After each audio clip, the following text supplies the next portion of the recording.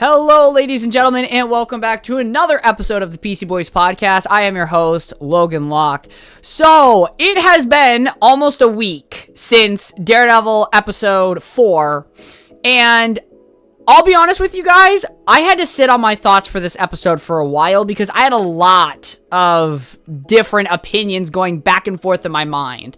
But now I finally have my official final thoughts on the episode, so finally got the time to sit down and I'm gonna be going over it with you guys. But of course, I'll have the link tree in the description down below. Please join the Discord and follow me on Twitter, as those are the two main places that I post any updates in terms of anything going on in the pop culture space or my podcast personally.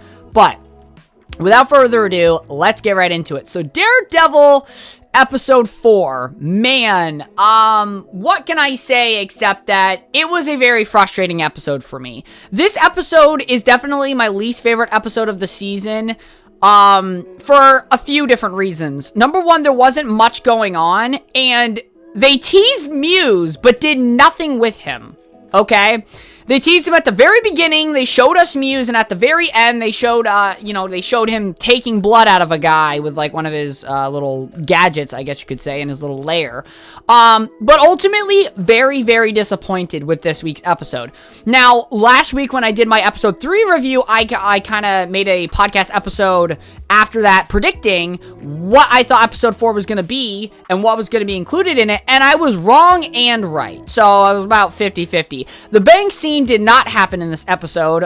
It was completely not even remotely there. So I was very wrong about that. I was kind of right about Muse being introduced, but not in the way that I wanted them to, where they actually did character development and fleshed him out a little bit. Unfortunately, that did not happen. So there was a little bit of, I guess you could say, a discrepancy there. But one thing I was really right about was the Frank and Matt stuff, right? I was very correct about that.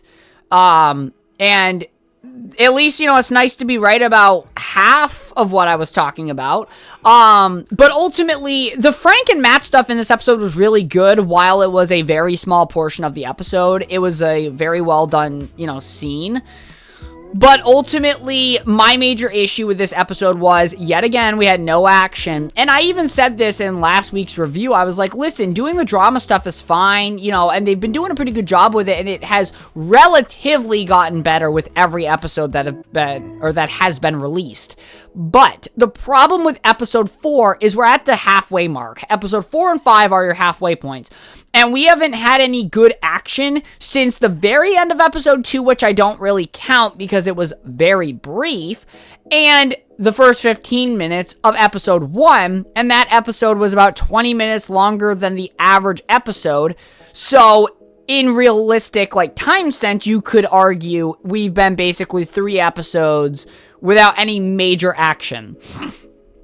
So it's one of those things where I'm watching the series and I'm like, I'm getting kind of bored. Now, the main issue with this is the release schedule.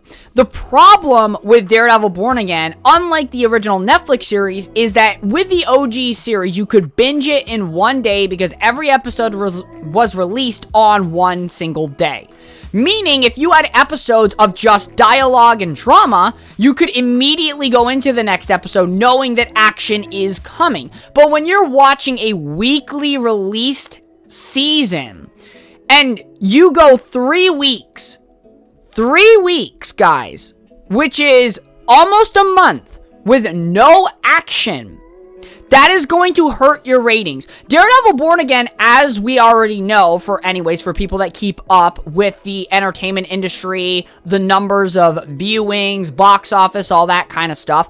Daredevil Born Again, if I'm correct, on its first 2-episode debut, had 7.8 million people watch it, which was less than The Acolyte, which was not a very well-received show at all, and Agatha, who is a very small character in the comics, and the only MCU appearance she has had was in the very, the one season of WandaVision.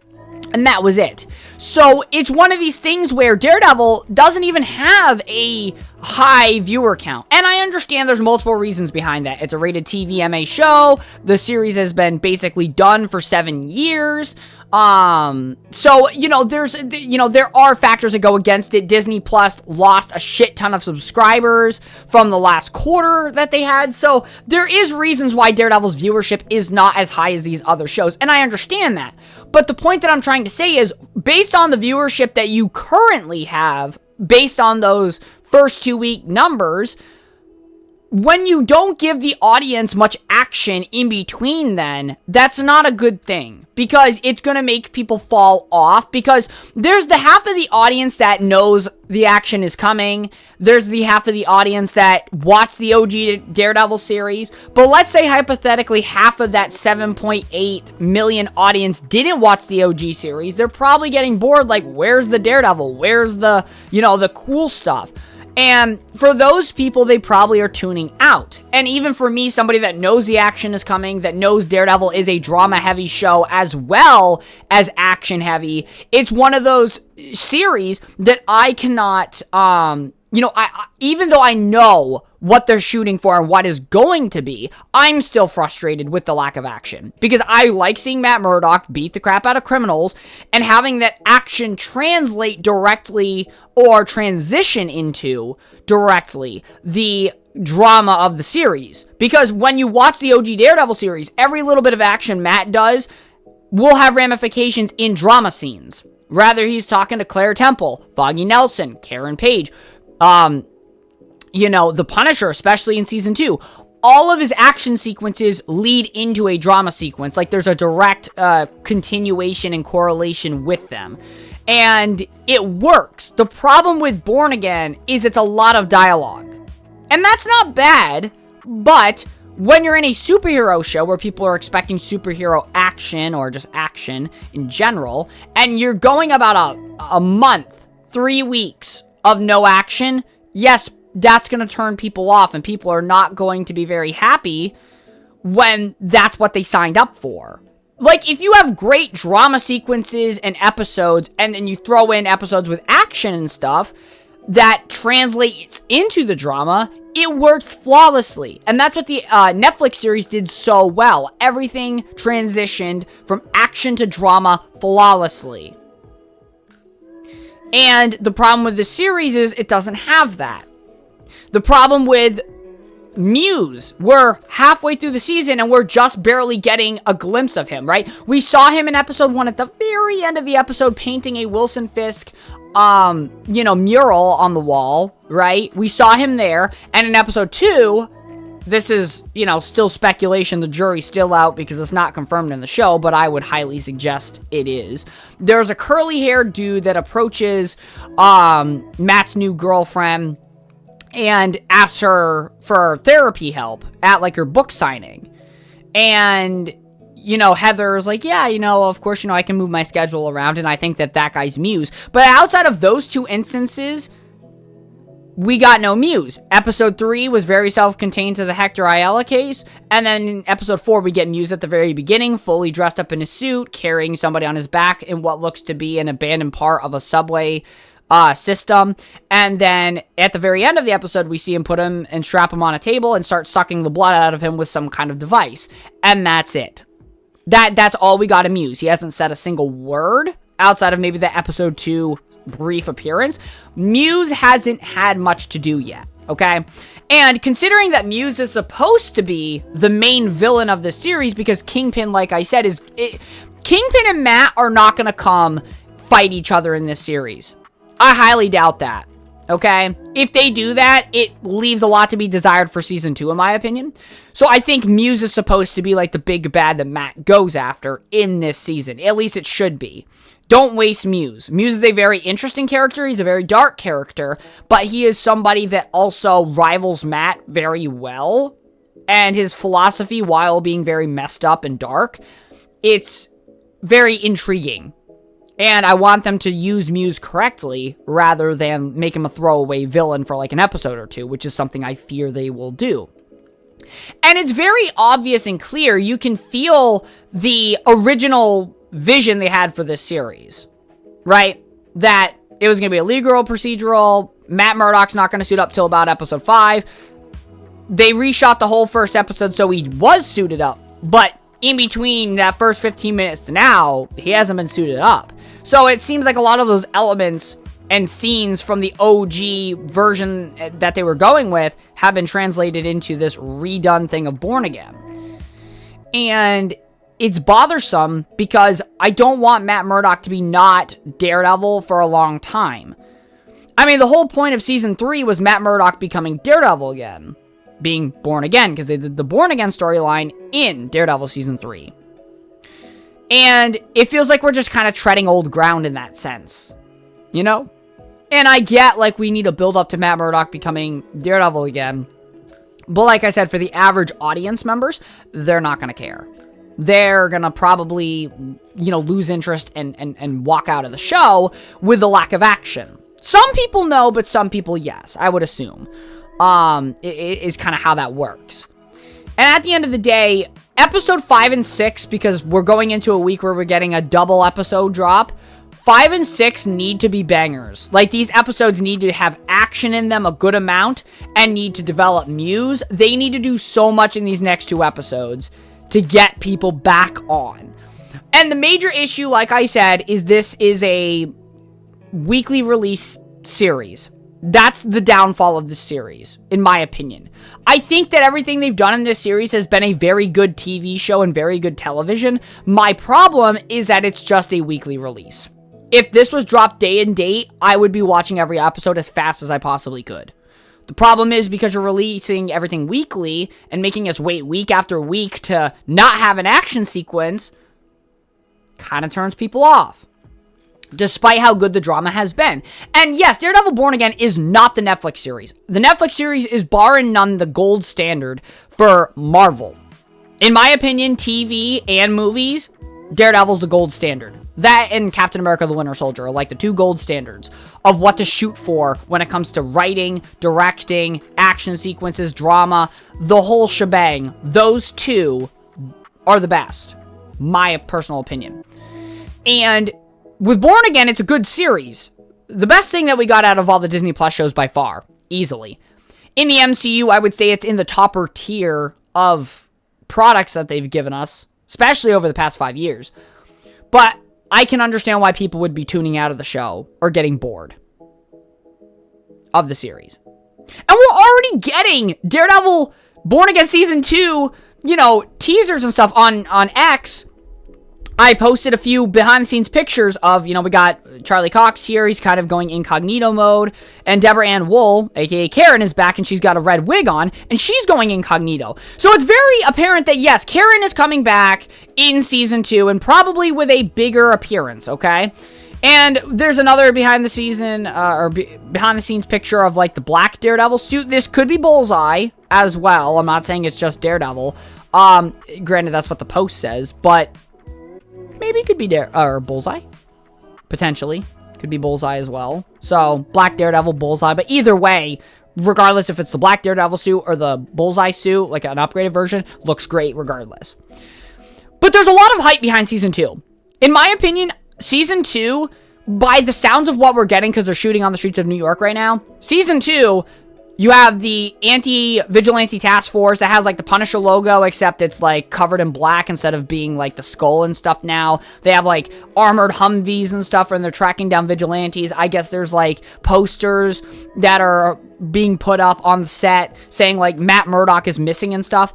And it's very apparent that Matt Murdock is going into hiding, Karen's in hiding, and probably other vigilantes are also in hiding because Fisk made a task force to hunt down and kill vigilantes. So Season 3 already is off, or excuse me, Season 2 of Born Again is already intriguing and getting me excited, and I'm not even through Season 1. The problem with Season 1, though, and getting people to Season 2, which is probably going to be more bombastic and crazy and awesome, is getting people through the boring stuff of the first half of this season. While I like the drama, like I said, once you end episode 4 and you haven't gotten any action and Muse hasn't even really been introduced outside of visually speaking, you get a little upset and you're like, where is my action? Where is the Muse character development? You don't know what's going on, and it's frustrating. That's the major issue I have with Daredevil Born Again episode 4, is that it doesn't give me anything of what I've been missing on, right? Yes, we got a great courtroom drama in episode 3. Flawless. The best episode of the season by far still. Episode 2, very good character building and building up to that Hector case. It was a very good transition into that. Episode 1 had a fun fight sequence in the beginning, but I had my issues with the CGI and Matt trying to kill, Bullseye. It kind of seemed out of character for him, especially with the arc he went through in season 3 to the beginning of that. To me, personally, seems a little out of character. Some people could argue the opposite, but I digress. Whichever, we'll just have to agree to disagree if you have a separate thought on that. But outside of that, episode 1 was like a little weird. Episode 1 felt very weird. Episode 2 felt a return to form to what I was familiar with. Episode 3 was a bigger expansion on that and done so beautifully and perfectly. And then episode 4 was just like, what the fuck are we doing? Like, we got more of the Wilson, Vanessa, going to therapy, which not many people are a big fan of, shtick. We see Muse a few times, but nothing of significance in terms of story development or character development on his part. We see Matt Murdock dealing with the fallout of Hector's death and, Hector's niece and stuff and how that's affecting her and whatnot. There was a nice moment there in the very beginning. But then there's this whole subplot in the middle where, Matt's defending this guy that stole, some butter, sweetened popcorn or something like that from a bodega. And there's this whole thing, the system has treated me bad and, therefore, I went and stole this because the system threw me in jail and then I couldn't afford anything, got taken off my benefits, so I just wanted something good. And I'm sitting there and I'm listening to the whole thing and I'm like, but the guy still committed a crime. I get what the scene was trying to do is show, the injustice of the system, because obviously Matt Murdock is put Daredevil behind and he's trying to do everything he can through the legal system as a lawyer and not vigilante justice. So, having this character be done wrong by the system, and Matt Murdock not being able to serve the justice that he wants to as a lawyer, pushing him closer to being Daredevil and going down the vigilante justice, I understand what they're trying to do with that scene. My issue with the scene is you have a guy that has committed multiple crimes, not Class A felonies or anything, but stealing, burglary, stuff like that, long rap sheet, and I'm sitting there but he committed a crime. He stole this popcorn. And the guy's talking about the system done me wrong, that's why I lost all these benefits and stuff. But at the end of the day, if you are committing crimes regardless of the circumstance you're in, it is a crime. Therefore, you suffer the consequences of said crime or multiple crimes you commit. And I get they were trying to do something that was sympathetic, but the problem is, if you commit a crime regardless of circumstance, it doesn't work. Now, if you were to have this guy be framed for a crime of stealing that he didn't do, that would work. That would work. And let's say Matt can't get the justice he wants as a lawyer through the legal system, and then it pushes him closer to being Daredevil. That would work. But the problem is, instead of taking somebody that was framed to be convicted of a crime, framed that he did it and he didn't really do it, and Matt knows, and he can't get the guy, probation and stuff, right? Which would work. They take a guy that actually committed the crime and confessed to committing the crime to Matt when saying the system did him wrong, so he wanted a nice treat because, he's been through a rough period. He still admitted to doing the crime, and that's the part where it breaks up that whole middle sequence. Because I'm like, this guy is guilty of the crime that he's being put in jail for. You can throw the sob story in there, but when he's committed multiple crimes and admits to committing and stealing that popcorn, caramel popcorn or whatnot, it undoes the system done me wrong, justice isn't being served, because the guy admitted to doing the crime and has been convicted of other crimes. That's where the whole thing they're trying to do with Matt's character of being a lawyer, and getting justice through the legal system and failing, and that's, why he gets pushed to doing vigilante stuff, because the law fails. They use somebody, instead of being innocent, framed for a crime, they take somebody that actually did a crime. Small or big, doesn't matter.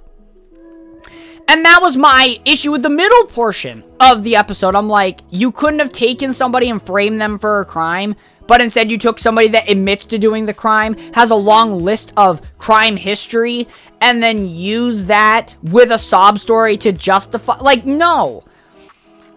That doesn't justify the crimes. And that's the major issue I had with the middle part. It just didn't work for me.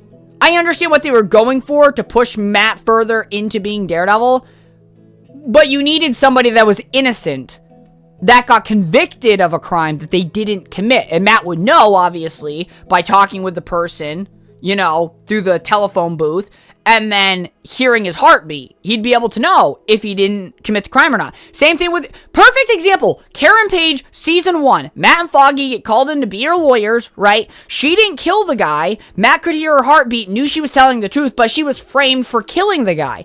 If you did a situation like that in episode 4 for that middle section, it would have worked. It would have conveyed what people, what the directors and stuff wanted to, of, the system fails, justice fails. This pushes Matt to being, Daredevil again, even more on top of everything else that's already happened, right? But instead they take someone that actually committed a crime, admitted to the crime, has a long list of crimes, and then tries to throw a sob story in the middle. Listen, I can feel sympathetic for the guy's story, but at the end of the day, you committed the crime, therefore you suffer the consequences, and it's not injustice. That's the problem I have. So, hopefully I made a good case as to why that middle portion was not the best of writing for me personally, okay? Some people probably loved it. I didn't. I just saw a lot of flaws in it. So, yeah, there was parts of it that I liked and parts of it that I didn't like. There was a girl that he was talking to within that middle part who had good chemistry with Matt, and he was kind of like flirting with her to, like, get his, client sentence down and stuff like that. That was very good stuff right there. But the actual client stuff didn't work. And then also the client's just being a dick to Matt, being like, I got the blind guy. Bring on the blind justice. You can't see shit. You have a guy literally making fun of a blind dude. Right? That doesn't help me root for the guy after he admits to committing a crime, has a rap sheet of committing crimes.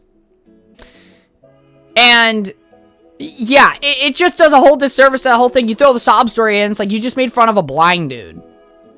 Like, you see what I mean? There's a lot of conflicting stuff there that just makes me not care about that middle portion outside of that one interaction Matt has with that woman. That's it. That is the only thing. Now let's talk about Wilson Fisk in this episode. In this episode, he goes to, like a Latvian culture meetup, as a mayor. He goes to a school to listen to kids sing, and it looks so weird because Wilson Fisk is clearly uncomfortable. This is not his shtick. Like, this is not what he does. Not the kind of scene he likes to be in. You can tell. And it's just kind of like, ooh, geez. I feel like you feel cringe just watching it. Then there's this subplot where Daniel, Fisk's like right-hand man fanboy on his campaign team, goes out to the bar with BB Urick and her friends, ends up talking about, doing something with the docks for like trash stuff. And then she ends up writing an article that calls Fisk like a union buster or something like that. Fisk gets really pissed off, demands an emergency meeting. And then Daniel confesses to his, to his fuck up. And then Fisk basically says, I'm not going to fire you, it'll make you a better man in time, but if you do that ever again, it'll be the last thing you do. Basically threatening his life in the same vein. And then you have the press secretary of his or whatnot, like the other campaign advisor that he has, looking very concerned as Fisk is saying this to Daniel. And, yeah, it was a very intense scene. But that was pretty good writing for that, in terms of Fisk's character.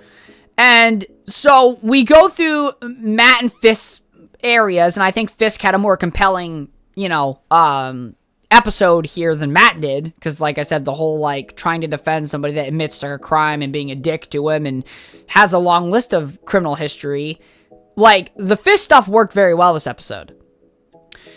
The major issue is the Vanessa and Fisk therapy counseling stuff. Dude, I hate that so much. I'm literally watching that and I'm like trying not to vomit because it's so stupid. And at the very end of the episode, we see Matt, he goes up to like a little closet on the roof where all his Daredevil suits are and stuff, and he takes out his billy clubs and starts like practicing with it. Fisk goes into a cellar of some building where the what is it, Rabbit in a Snowstorm, I think that's the name of the painting, with the blood splatters from season 3 on it. Fisk goes down there and has dinner. And he eats this big, nice, like, sausage, pasta. It's really good looking dinner, not gonna lie. It kind of made me hungry watching it. And, we find out that Adam, the guy that Vanessa had an affair with, is down there, chained up, been beaten to death. Fisk is clearly torturing him. And, I'm like, okay, so we're not just gonna let Fisk get cucked here and he's gonna get his revenge. Good. I want to see that. But the Fisk Vanessa stuff and the affair and everything, I don't like that subplot. To me, it's very just like kind of cringe. Like, Wilson Fisk is getting the Hulk treatment in Marvel. I feel like anytime Wilson Fisk has been on screen since Marvel Studios has taken over, they've just ruined his character. The first 3 seasons of Daredevil, Fisk was menacing, calculated, intelligent. Like, even Fisk speaking and not actually doing anything violent was menacing. He loved Vanessa. He would do anything for Vanessa. You messed with Vanessa, you were gonna die, or at bare minimum, be very broken, physically speaking. And, Fisk cared. And it's very clear that in this new season, like, Fisk is clearly sticking with that tone of, chaining Adam up and beating him up and torturing him and stuff. But at the end of the day, seeing Vanessa talk to Fisk being like, oh, don't kill the guy that I had an affair with, and Fisk being like, I'm not that man anymore. Like, before you see episode 4, the very ending, with Adam being chained up and stuff, you're just like, dude, they're making Fisk a cuck. This sucks. You see him in Hawkeye. Bro is literally fighting with Kate Bishop, who is somebody he should absolutely body with no problems, especially since they upped his strength level from the Netflix series. So losing to her was pathetic. Seeing him go against Echo and lose to her magic touch or whatever they did there, because that's not her comic book powers, was also embarrassing for Fisk. It's just like the Hulk. They take a menacing, brutal character and then just make them a laughingstock. So then you see Fisk in this series, and there are things that Fisk does in here where I'm like, oh, that feels like Wilson Fisk. But then the whole marriage and affair thing is just cringe, and it makes Fisk seem weak when it comes to his wife. Like, his wife can basically do anything, and he'll just go along with it. I don't like that subplot. That subplot, to me, has bothered me since the beginning of Born Again. But for the most part, Fisk stuff was very good in this episode. And, of course, at the very end, like I said, we get Muse draining that guy of blood. Episode ends, getting ready for episode 5 and 6. So episode 4 for me is like a 5. I didn't really like this episode. I'm not gonna lie. Episode 1 is my second least favorite, and I still gave that one a 7, I think I gave that one. A 7 or an 8, something like that, but I think it was 7 or 7.5. The first episode of Daredevil Born Again, while it wasn't the best thing in the world and it felt very off, episodes 2 and 3 were great. Episodes 2 and 3 are easily 8 out of 10 episodes. But this episode is a 6. This was worse than the pilot. Not much was going on. Muse had no character development. Matt and Fisk are on, course to becoming Daredevil and the Kingpin again. But there wasn't much going on in this episode. And it wasn't the best drama writing either in this episode. Unlike episode 3 and 2, which were phenomenal. So, that's my final score for Daredevil episode 4. Sorry it took about a week to get to it, but like I said, I had a lot of thoughts going back and forth on, is this a 7? Is it a 6 and worse than episode 1? And I normally watch each episode three times before I review. I try to watch it 3 times so I can pick up on Easter eggs, I can pick up on plot points and stuff that I missed the first time watching it. So I try to make sure I really dive into these episodes before I do a review on them. And same with this episode. I had to watch it 3 times, and I noticed when I watched it, I didn't get enjoyment out of this episode like I did in episodes 2 and 3. Even episode 1 to a degree. So yeah, my hope is that episode 5 and 6 are bangers, have good action, plenty of action. Muse gets a proper character deep dive and stuff like that. That's my hope. We will see. Tuesday's around the corner, so hopefully I got some good news for you guys next week. I'm really hoping, because I've enjoyed Born Again for the most part, but that last episode really dragged me down in terms of, interest. I'll watch the entire series. It's Daredevil. But I'm saying, if I was the average audience goer, I would start to be, looking at my watch and being like, is this worth watching anymore? If I wasn't a Daredevil fan like I am, it's a little boring now. It's we got 3 episodes, basically no action, and I was expecting more. But with that being said, thank you very much for watching. I hope you all enjoyed, and I'll catch you all in the next one. God bless.